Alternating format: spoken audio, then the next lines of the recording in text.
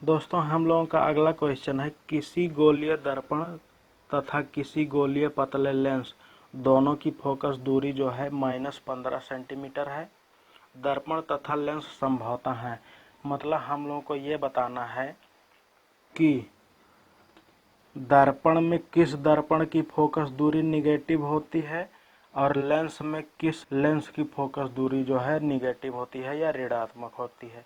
मतलब दोनों में से किसका जो है फोकस दूरी ऋणात्मक होती है, उनको हम लोगों को बताना है। ठीक है, हम लोगों ने पहले दर्पण के बारे में क्या देखा था। हम लोगों का ये दर्पण होता है दोस्तों। ठीक है, ये मान लीजिए अवतल दर्पण है। अवतल दर्पण है तो इसमें क्या होता है, जब कोई प्रकाश की किरण आती है तो ऐसे जो है परावर्तन के पश्चात जो है फोकस से होकर निकल जाती है। ठीक है, तो दोस्तों यहाँ पर जो है फोकस होता है। ठीक है, हम लोगों का फोकस बिंदु होता है। तो ये दर्पण का ध्रुव P होता है। तो दर्पण के ध्रुव से जो दूरी हम लोग बाएं की तरफ मापते हैं वो ऋणात्मक होती है। ठीक है, मतलब अवतल दर्पण की जो फोकस दूरी होगी ये जो है ऋणात्मक होगी। ठीक है, अब हम लोग उत्तल दर्पण के बारे में देख लेते हैं। ये हम लोगों का जो है उत्तल दर्पण होता है। ठीक है, ऐसे होता है, ये ध्रुव है इसका। ठीक है, ये मुख्य अक्ष है। जब इसके समांतर कोई प्रकाश की किरण आए मुख्य अक्ष के, ये जो है इसको फैला देता है। ठीक है, ये इसको जो है फैला देता है। ठीक है, अब इन दोनों किरणों को जो हम लोग पीछे की तरफ बढ़ाते हैं तो ये जो है यहाँ पर मिलती हुई प्रतीत होती है। यहाँ पर इसका जो है फोकस बिंदु बनता है। तो यहाँ हम लोग देख रहे हैं दोस्तों कि ये जो फोकस है उत्तल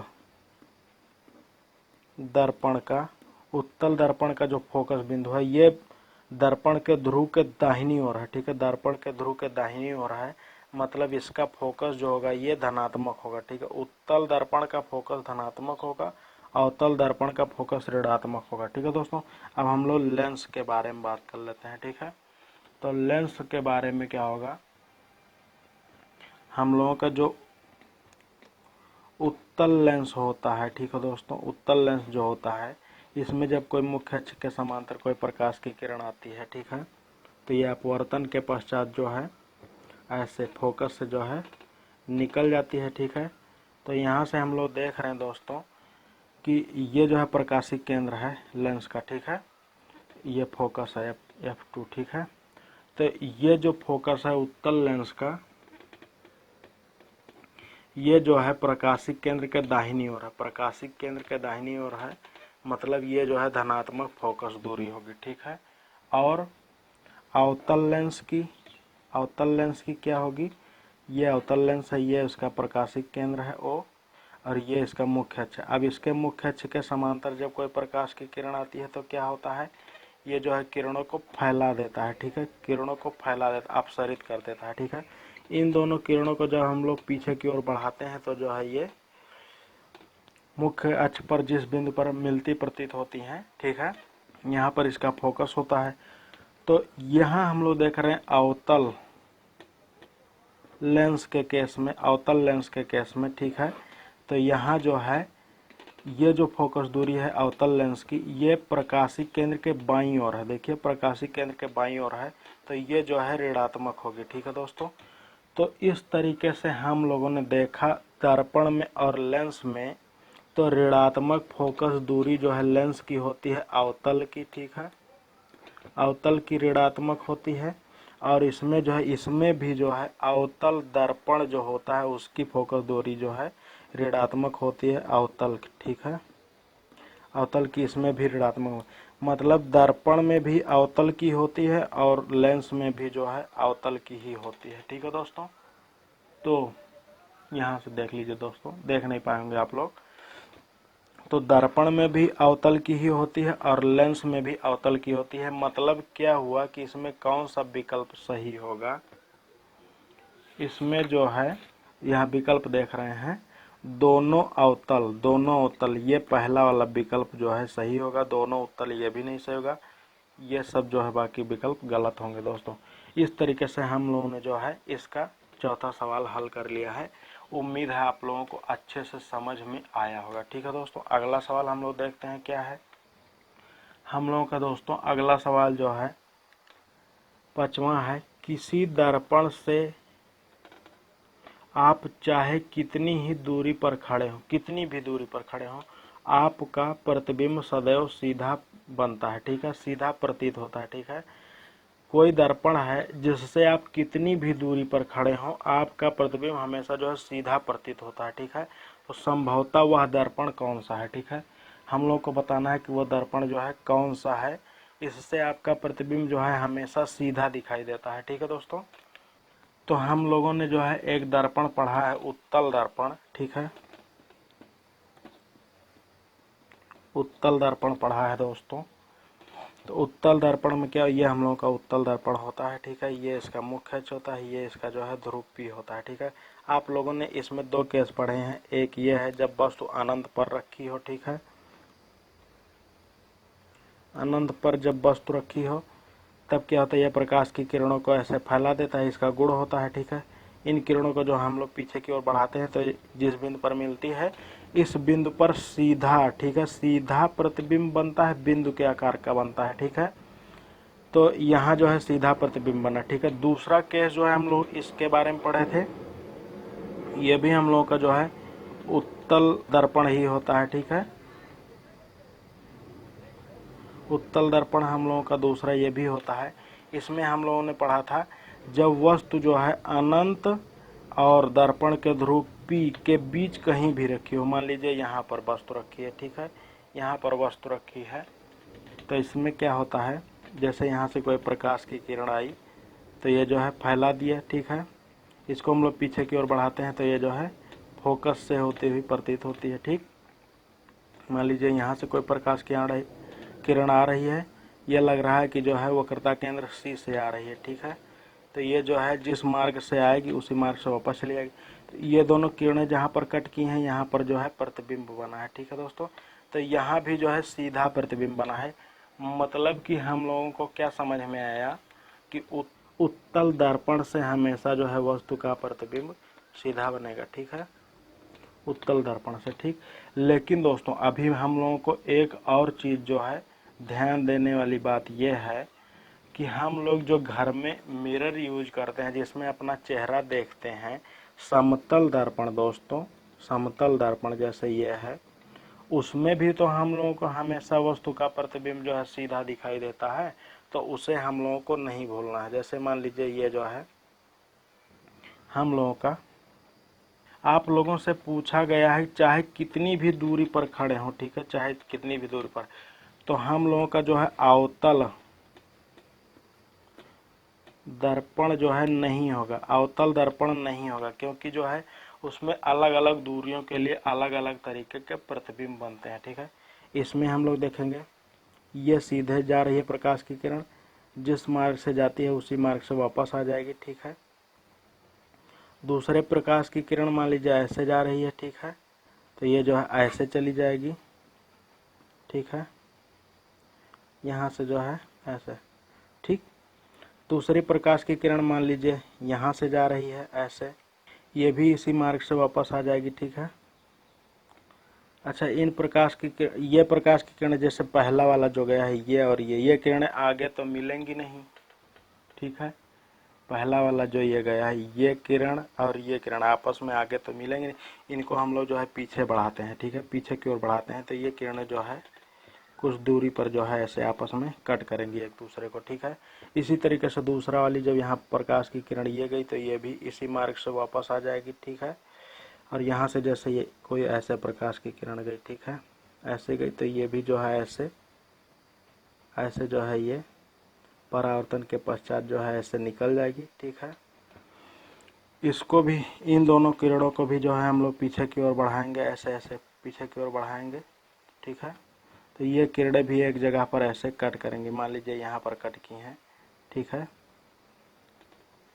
कट की हैं तो यहाँ पर वस्तु का प्रतिबिंब जो है सीधा बनेगा। ठीक है, जैसे आप लोग देख रहे हैं ऊपर वाली किरणें जो है ऊपर मैच की हैं, नीचे वाली नीचे मैच की हैं, जितनी दूरी पर है ये उतनी ही दूरी पर बनेगा। तो दोस्तों हम लोगों ने यहाँ से देखा कि समतल दर्पण, ठीक है,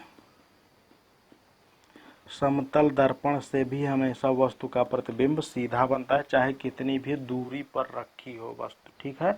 और उत्तल दर्पण से भी बनता है, अवतल दर्पण से नहीं बनता है, ठीक है दोस्तों। तो हम लोग का देखते हैं विकल्प क्या होगा। तो यहाँ से हम लोगों का विकल्प होगा केवल समतल, ये गलत है, केवल समतल नहीं होगा, आप लोगों ने देख लिया है। केवल अवतल, ये भी गलत है। केवल उत्तल, ये भी गलत है। या तो समतल अथवा अवतल, इन दोनों में से कोई भी हो, दोनों से जो है, तो हम लोगों का जो है डी वाला विकल्प जो है, आखिरी वाला विकल्प, ये जो है सही रहेगा, ठीक है दोस्तों। अगला सवाल हम लोग देखते हैं, इसको आप लोग ध्यान से समझेंगे। किसी शब्दकोश या डिक्शनरी में पाए गए छोटे अक्षरों को पढ़ते समय आप निम्न में से कौन सा लेंस पसंद करेंगे, ठीक है। कौन सा लेंस जो है आप लोग पसंद करेंगे पढ़ने के लिए, ठीक है, यूज करेंगे, मतलब हम लोगों को बड़ा करके देखना है, ठीक है। तो आप लोग एक ऐसे तरीके से लेंस जो है जानते हैं, जिसमें एक हैंडल लगा होता है, इसमें एक लेंस लगा होता है, इससे जो है आप लोग जूम करके पढ़ते हैं। इसको हम लोग क्या करते हैं, कहते हैं आवर्धक लेंस, ठीक है, आवर्धक लेंस कहते हैं। इसका प्रयोग जो है हम लोग करते हैं, ये होता है हम लोगों का उत्तल लेंस, ठीक है दोस्तों, ये होता है हम लोगों का उत्तल लेंस। लेकिन हम लोगों के विकल्प में देखिए जो है नंबर दिए गए हैं, मतलब दूरी दी गई है, फोकस दूरियां दी गई हैं, ठीक है। तो ये हम लोग को बताना है। तो पहली बात तो उत्तल लेंस का प्रयोग होता है, ठीक है, उत्तल लेंस का प्रयोग होता है, इसलिए दो विकल्प तो पहले गलत हो जाए, अवतल लेंस वाले विकल्प तो पहले ही गलत हो जाएंगे, बचे दो विकल्प, मतलब 50 सेंटीमीटर वाला या 5 सेंटीमीटर वाला, ठीक है दोस्तों। तो मैं आप लोगों को बताऊंगा कौन सा प्रयोग करते हैं, ठीक है। हम लोग लेंस का पावर जानते हैं, P बराबर होता है 1/f, ठीक है, क्योंकि उत्तल लेंस के बारे में हम लोग को निकालना है, तो धनात्मक फोकस दूरी रहेगी। पहले हम लोग 50 सेंटीमीटर वाला देख लेते हैं, ठीक है।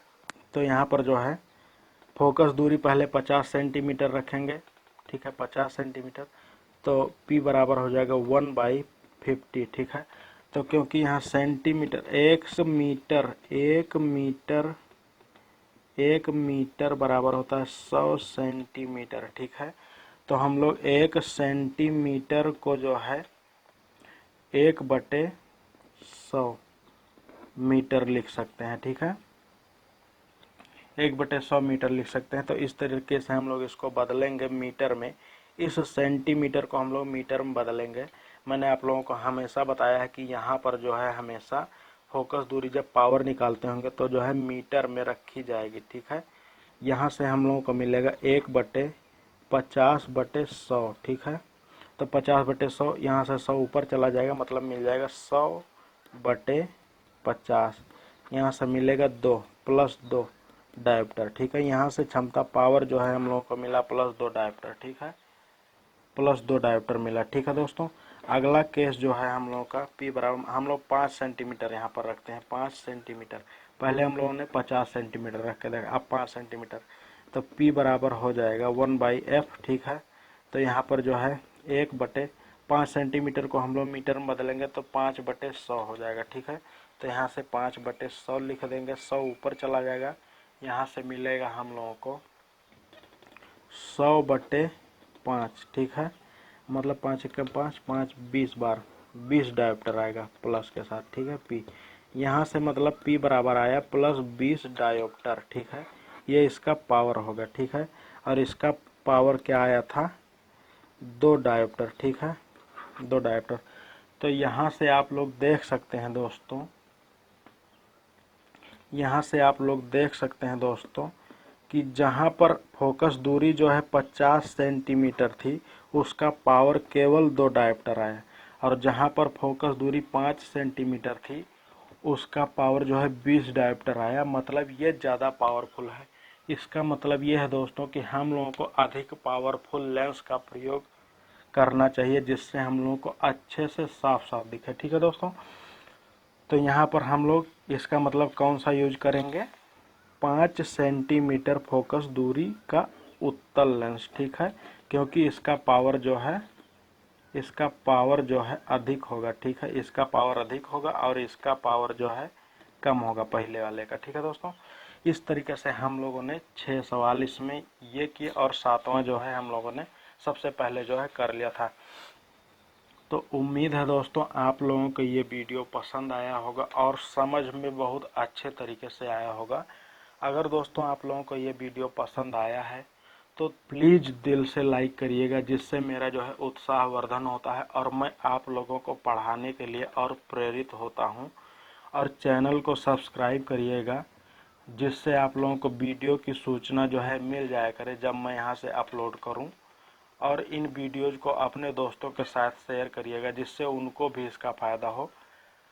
और अगर आप लोगों का कोई सवाल है दोस्तों तो आप लोग कमेंट करके नीचे हमसे पूछ सकते हैं। ठीक है दोस्तों, मिलेंगे अगले वीडियो में, तब तक के लिए धन्यवाद। जय हिंद।